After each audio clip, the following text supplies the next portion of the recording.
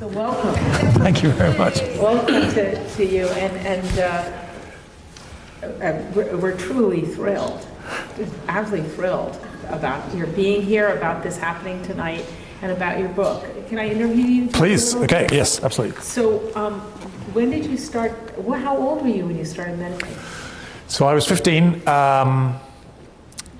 and I was in high school. I was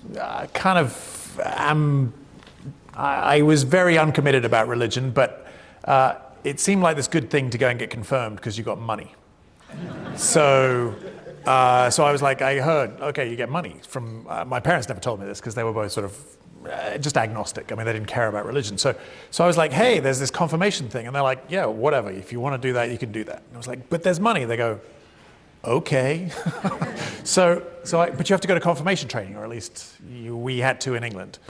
And I'm sure this is not standard Anglican procedure, but he had us all meditate. And it was a certain type of meditation. He had us all lying on the floor. It was called, he didn't explain this, but it was open field awareness meditation, whereby you sit and you just become aware of everything. And we were a bunch of pretty cynical 14 and 15-year-old guys. And all I remember, I sort of remember a little bit about the meditation, but what I really remember was we had to walk. It was about a 20-minute walk, and it was it was dark and it was cold. It was in the middle of winter.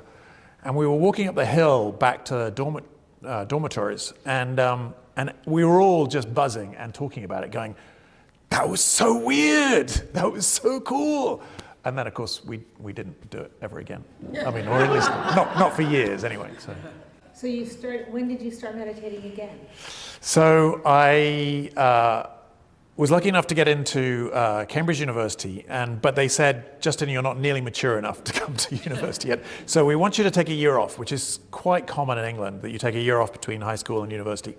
And I was like, well, what am I going to do? And they sort of said, well, you should go if you're going to study religion, which is what I was going to do, you should actually go and find out what real religion is. So you should actually go to Israel and go and see what real religion is. And you should go to India, or you should go to the Bible Belt in America and see what real religion is. This is not because they were saying it's good, they were just, these are good examples of real religion.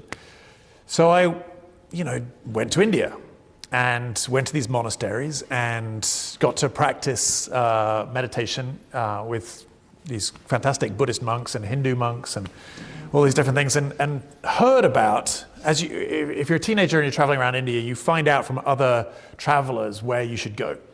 So everybody's like, oh, you have to go to Dharamsala. I was like, oh, I've never heard of Dharamsala. So anyway, I hear all about this thing, and they say, oh, you have to go. So I go to Dharamsala, and it's a pain in the neck to get to. It's like 2 days on a bus, and that's not a nice bus. It's not like a Greyhound bus. It's like a bus with wooden benches, and it's a bus for 30 people, but there are 100 people on it, and poultry and livestock and all sorts of things. But you get to Dharamsala, and it is a very magical place. And I get to find out that there's this guy called the Dalai Lama, and he's sort of like the Pope of this religion up there, and he lived up there. And I managed to go to an audience where twice a week he would have these audiences where you have a bunch of Westerners get to go and sit and ask him questions. And it's completely ridiculous. But anyway, I get to go. And I just thought it was so amazing that I actually asked the question of, how do I become the Dalai Lama? Well, you may or may not know this, but actually it turns out it's an incarnational thing. So he is the 14th incarnation of the Dalai Lama. And yeah, he's got the job for infinity, as it seems.